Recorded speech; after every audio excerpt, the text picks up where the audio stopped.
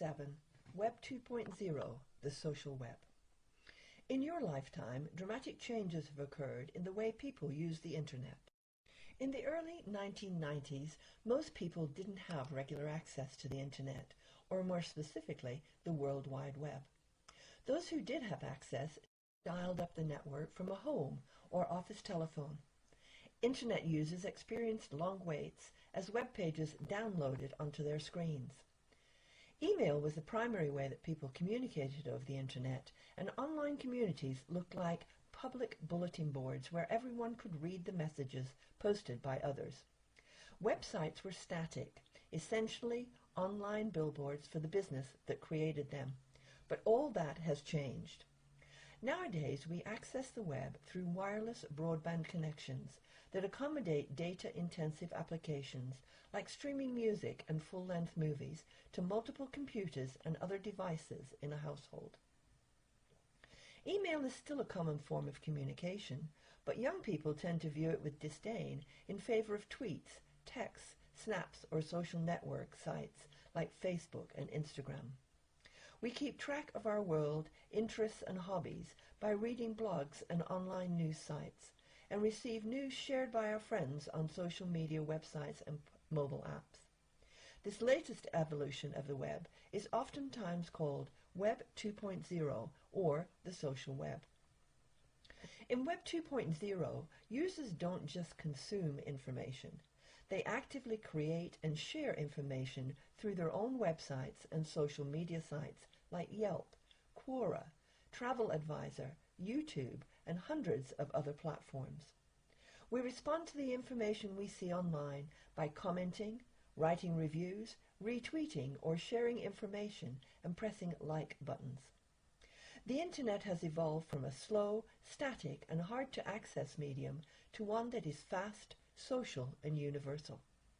Sociologists have observed that the web has become an integral part of our culture, resulting in massive changes to consumer behavior and the way we conduct business, develop and maintain relationships, and is responsible for changes in the way people communicate, entertain themselves, and work. The evolution from Web 1.0 to Web 2.0 occurred as a result of improvements to Internet infrastructure. That is, the hardware and software technologies that make up the critical components of the public online network. Some of the hardware improvements that have supported this Internet evolution include widespread broadband Internet access, wireless or Wi-Fi technologies, widespread adoption of personal computers, widespread adoption of mobile devices like smartphones and tablet computers, and a global expansion of large data centers.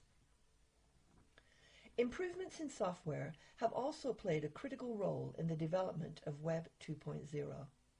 New web programming languages called AJAX technologies were developed that made it possible for programmers to create dynamic and feature-rich websites and mobile apps. Other important software innovations include the development of application programming interfaces, or APIs, and software development kits, or SDKs. An API is a set of commands and programming standards used by developers to write applications that can communicate with other applications. In other words, it aids developers in determining how their applications can pass data back and forth with some other application. APIs are critical in the development of mashup applications that pass data from one program or website to another program or website. An example of a mashup application is when a programmer wants to put a map showing the location of a store or business office on a website. Instead of writing a map program from scratch, they use an API to import data from a site like MapQuest and then embed the map onto the new website. APIs promote the sharing of information across the web, which is one of the key differences between Web 1.0 and Web 2.0. A software development kit, or SDK, is a bit more complex than an API. SDKs are a collection of software tools used by developers for writing applications that run on a specific device or platform. For instance, a Facebook SDK helps third-party developers write programs that will run on Facebook. Many people enjoy playing games on Facebook. The programmers that develop these games use the Facebook SDK to make sure the game software will run correctly on the Facebook website. The enhanced features and capabilities of Web 2.0 have given rise to a variety of applications collectively referred to as social media. Some people have a very narrow view of social media and think the term only applies to services like Facebook or Twitter. But really, the term social media refers to any application that enables users to create and share different kinds of information on the web.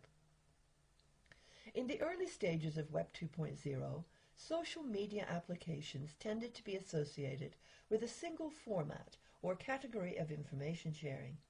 Here's a list of the most common social media categories.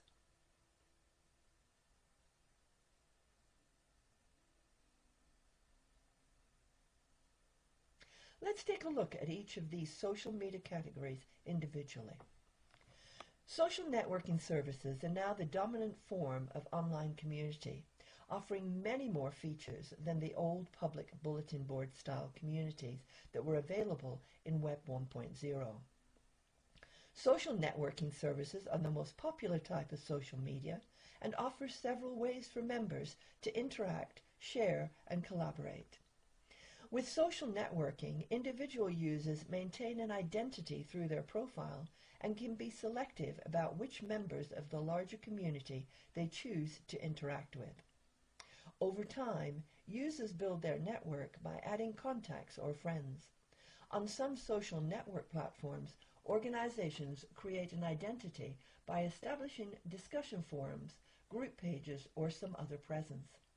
Among general-purpose social networking platforms, Facebook is the clear leader with over 2 billion active users.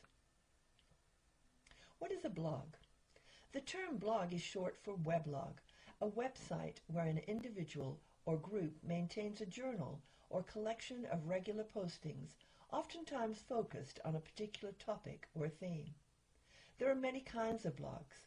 Some are personal, as in a kind of online diary or collection of thoughts and opinions maintained by an individual. Blogs can also be professional, used to share expertise or specialized knowledge related to a particular skill or technical topic. Blogs can be commercial, used by an organization to share information about products or services of interest to prospective customers. Also be political, used by individuals or groups to express viewpoints and commentary on political issues. If you think of a topic, someone is probably blogging about it right now. Microblogging is a specialized form of blogging where people or organizations frequently post very short messages, videos, or images. Twitter and Tumblr are often cited as the most popular microblogging social media sites. Earlier in this video, I described an example of a mashup application that made use of an API or application programming interface to create a map on a business website by importing data from MapQuest. This mashup application uses MapQuest's content for a new purpose, illustrating the location of store or office locations on a business organization's website. RSS, or really simply syndication, is another type of social media technology that allows people to import content from blogs so they can organize it in a really simple way that makes it easy to follow updates they subscribe to. Instead of readers having to visit several individual blog sites, they can use a blog aggregator to import content to a single location from several different blogs. RSS is the technology that makes this possible. There are many types of aggregators available to users, but one popular example is Feedly.com. Feedly allows readers to import blog content and organize the content into categories that they define and makes it easy to share articles and stories with their friends. Social monitoring tools import content from other social media applications. These tools are used to discover what people are talking about on social media and typically offer a variety of metrics for analyzing not only what people are saying, but also assessing things like frequency with which people are talking about a topic, how positive or negative people feel about the topic, and how many people are discussing the topic. Social monitoring tools are particularly useful to researchers as well as individuals and organizations interested in managing their online reputations. In the past, businesses had to conduct marketing research like focus groups and surveys to learn how people felt about their products and brands. Social monitoring tools now provide businesses with a powerful new way to listen in on thousands of conversations all going on at once in order to determine what people are saying about them. Not surprisingly, many companies are surprised by what people are saying about their products and customer service. Another type of social media that may be new to you is called social bookmarking. Social bookmarking tools allow users to tag the URLs or links to web content with keywords of their own choosing. This makes it easy to retrieve links later by using keywords to search for saved web pages. While most web browsers allow users to store links to online content by saving them to a list of favorites or bookmarks, this approach becomes cumbersome as more information is saved because the lists become too long and difficult to use. Deligo.com is perhaps the most popular and fully featured social bookmarking service. Bookmarking links with a service like Deligo is considered social because users can share their collection of saved website links with others in a variety of ways. Finally, Deligo can be used as an alternative to search engines like Google and Bing. Search results on Deligo are likely to produce helpful results because websites are tagged or categorized by humans, not by computer algorithms used by Google, Bing, and other large search engines. Wikis are another type of social media designed specially to promote and support collaboration. A wiki is a website that allows users to collaborate in the creation of its content.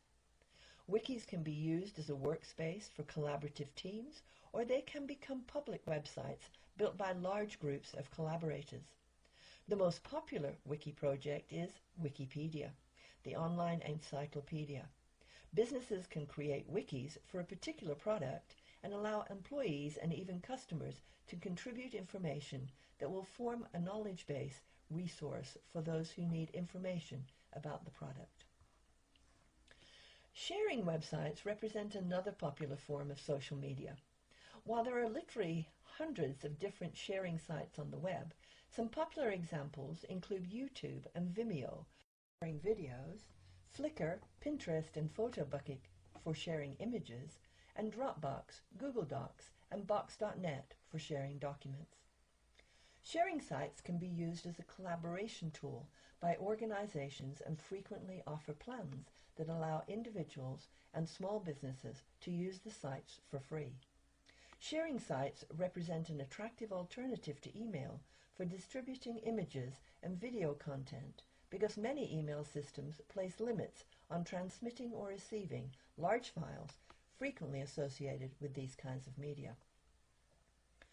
During the early days of Web 2.0, many social websites specialize in just one of the social media categories I just described. However, over time there has been a trend toward feature convergence. As social media sites attempt to attract more users, they add features that blur the distinctive nature of their original websites. Take Facebook, for example. While Facebook started out as a social networking site, today users and organizations can use this site as a blogging platform. They can share images and videos with their network. They can import and share content from other websites, and they can use Facebook as a collaborative tool to communicate and share information with a small group of friends and form private discussion pages. Facebook has created APIs and SDKs that facilitate the development of mashup applications and third-party applications designed specifically to run in the Facebook environment. Today, Facebook offers features that characterize almost all of the individual social media categories I described previously. While feature convergence is blurring the lines of traditional social media categories, we continue to see an emphasis on the key elements that distinguish Web 2.0 from the early days of World Wide Web. Social media applications encourage user-generated content, dialogue between users and organizations, the creation of communities, and the ability to move information from one form or application to another.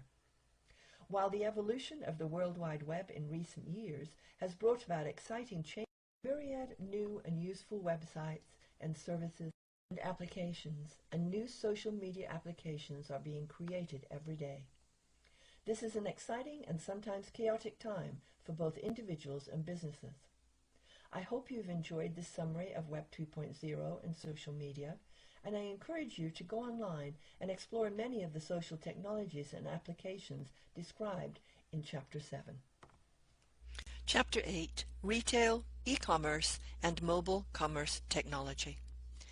Major changes have occurred in the retail sector over the past decade, and the challenges faced by traditional brick-and-mortar retailers have never been more complex, frustrating, and fraught with peril. Competition with online retailers continues to grow, as does competition with both new and established brick-and-mortar retailers. Consumers are more demanding and price-conscious than ever.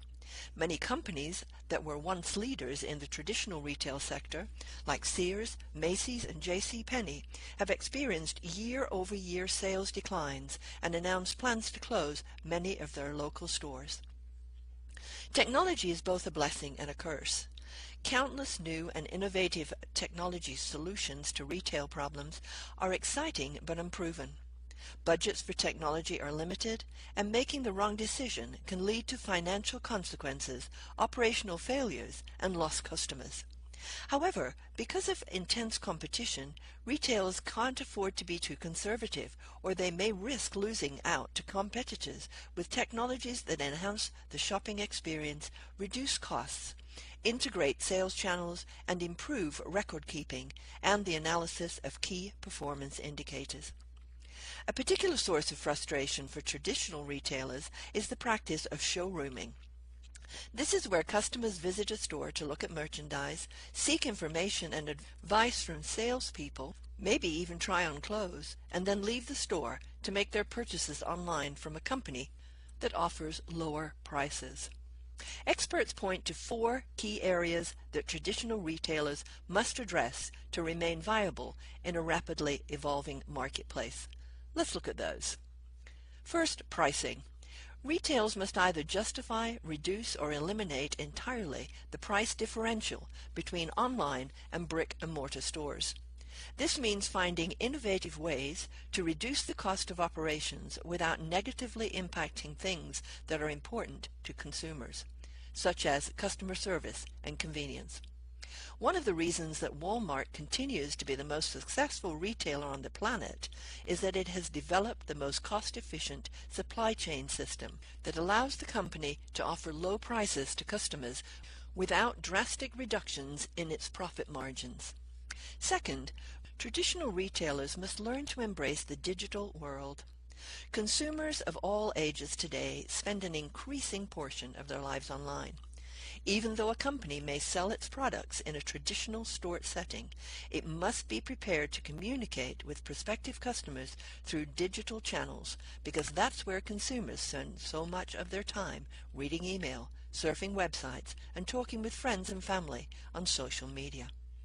Third, convenience. As economic and social factors lead to more stressful lives, consumers are looking for products and shopping channels that reduce the impact on their time and financial resources while satisfying their demand for immediate gratification and desirable goods and services. This is why many traditional restaurants now offer home-delivered meals, and major e-commerce sites are experimenting with home delivery of grocery products. Amazon even invented brand-specific dash buttons that customers can place in strategic locations around their home. For instance, a customer running low on laundry detergent only needs to press the Tide dash button that they've placed next to their washing machine, and a few days later, a new bottle of Tide laundry soap arrives at their home. The dash button eliminates the need to visit the Amazon website and go through all the traditional steps associated with ordering online. Amazon also makes dash buttons for coffee, baby diapers, cosmetics, snack foods, and many other product categories that people regularly purchase. Anything a traditional or online retailer can do to increase convenience is likely to be rewarded with increased sales. For example, some traditional grocery stores are already experimenting with streamlining their customers' grocery shopping experience to allow customers to order groceries from their mobile app, pull up to the store where a store employee loads their purchases into their trunk, and off they go without ever leaving their car. Next, omni-channel business models. Retailers must adopt omni-channel business models. Many retailers and customers view e-commerce and traditional in-store retailing as two separate and distinct channels. Even traditional retailers that now sell products through their e-commerce websites treat these channels as if they were two separate businesses, each with their own price, product assortment, and different promotions. However, the National Retail Federation and many industry experts recommend that retailers adopt what they call an omni-channel business model. In the omni-channel approach, all retailing channels are integrated, allowing customers a seamless experience when interacting with a retail company. This means that customers can do things like learn about a product from a catalog they received in the mail, purchase the product online, and return the product to a store location if necessary. When a customer receives a promotional coupon, it will be honored regardless of which channel the customer uses to make their purchase. If a customer is shopping for clothes at a store and can't find the exact size or color they want, a store employee can offer to order the product from the company's website and have it shipped overnight to the company's home. Omni-channel retailing reduces the typical competition between online and in-store retailing and increases customer satisfaction and loyalty. Technology will play a key role in the implementation of all of these strategies. This is why it's critical that retailers keep informed about the evolving nature of retail information systems and technologies, particularly those that can help them reduce costs and prices, communicate with customers in the digital world, improve convenience, and integrate their retail channels with omni-channel business models. Business to consumer, or B2C e-commerce sales, are estimated to be somewhere between 10% and 14% of total retail sales in 2017. While this sounds like a relatively small portion of total sales, the e-commerce segment is growing by as much as 10% a year, while traditional brick-and-mortar retail sales are struggling. E-commerce retailing covers many different products and service categories, but the most popular are consumer electronics, books, and clothing and apparel. The most well-known B2C site is Amazon.com, which is credited with as much as 43% of total e-commerce sales in 2016. One of the reasons that Amazon has maintained its leadership position in the e-commerce sector is that it continues to pioneer new technologies that enable it to do a better job of meeting customer needs than its competitors. E-commerce has had more of a disruptive impact on certain sectors than others. For instance, e-commerce and technology have created major changes to the travel industry. Few individuals use travel agents anymore to make travel arrangements. Instead, people are more likely to research their vacations on sites like TripAdvisor and Lonely Planet, and book their flights and hotel accommodations on sites like Orbitz, Travelocity, or Kayak.com. E-commerce has practically wiped out traditional retailers in other sectors. For instance, thousands of bookstores, record stores, and video rental stores have gone out of business over the last decade, as most people now purchase their books online and download or stream movies and music from web-based retailers. In the early days of B2C e-commerce, experts predicted that online purchasing would ultimately be restricted to product categories like books and music CDs. They predicted that people were unlikely to purchase clothes and shoes online because they couldn't try the items on before purchasing. However, interestingly, apparel has become one of the largest e-commerce categories, and companies are even selling durable goods like furniture and large home appliances through e-commerce websites. While the consumer retail e-commerce market receives a lot of attention and news coverage, the business-to-business or B2B e-commerce market is actually over twice the size of its consumer counterpart. As previously discussed, customers often purchase goods and services online because that's where they find the best price. Businesses have also learned that purchasing the goods and services they need online is oftentimes more cost-effective than traditional procurement methods. E-commerce sellers in the B2B market typically use one of two different strategies. First is the direct selling strategy that involves a seller setting up their own website where buyers come to purchase goods and services from one company. Sellers that employ the second strategy, which is called the marketplace strategy, sell their goods and services on third-party websites where products from several different sellers can be purchased. Amazon recently set up a business marketplace that caters to B2B buyers and sellers called Amazon Business, which carries products from many different sellers. EDI, or Electronic Data Interchange Systems, represent a type of procurement system set up by buyers, typically large companies that need to manage organizational purchasing from an assortment of established vendors. These large companies typically use the EDI system to alert pre-approved vendors when they need to replenish inventory supplies. Vendors then use the system to submit bids or invoices depending on the nature of their relationship with the company. Many EDI systems predate the Internet and were based on technologies designed to transmit documents electronically, saving the costs associated with processing purchase orders, invoices, shipping, and other documents manually. Many of these procurement systems have been transferred to the Internet and use updated technology similar to that used on the World Wide Web. The difference between these procurement systems and the direct and marketplace websites described previously is that they are set up by the purchasing organization and only accessible to pre-approved vendors. For many years, industry experts have been predicting that mobile commerce was about to become the next big thing in marketing and the sale of consumer goods. Although there have been some interesting and even successful examples of m-commerce going back as far as 1997, predictions about mobile technology becoming a pervasive force in consumer retailing have proven to be overly optimistic until recently. Several factors have finally converged, with the result being that customers are now actively using their smartphones and other mobile devices to engage in commerce.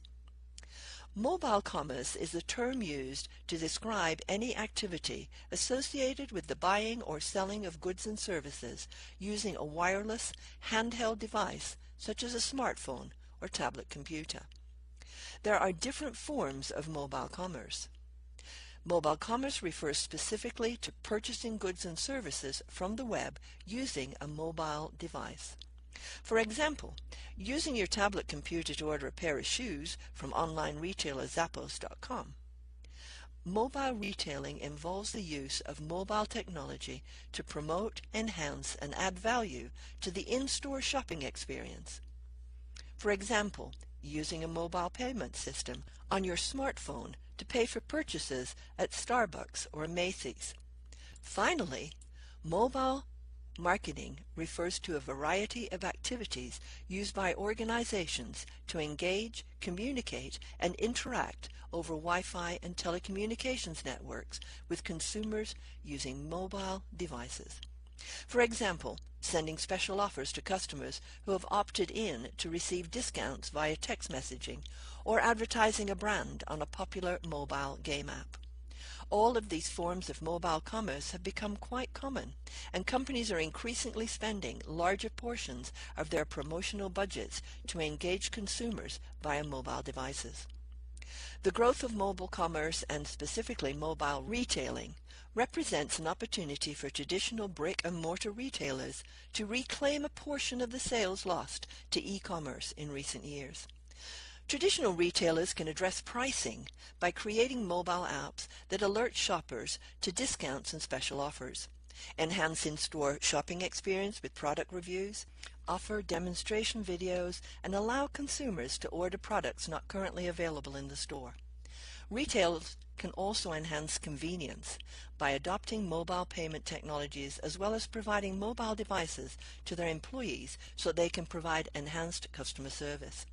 Mobile commerce can become part of an omni-channel strategy by integrating it with web-based e-commerce and traditional in-store shopping.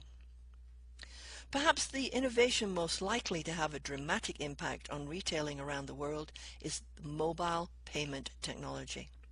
In the United States, many banks and credit card companies are actively pursuing programs that will allow consumers to use their smartphones and other mobile devices as alternatives to cash and credit or debit cards.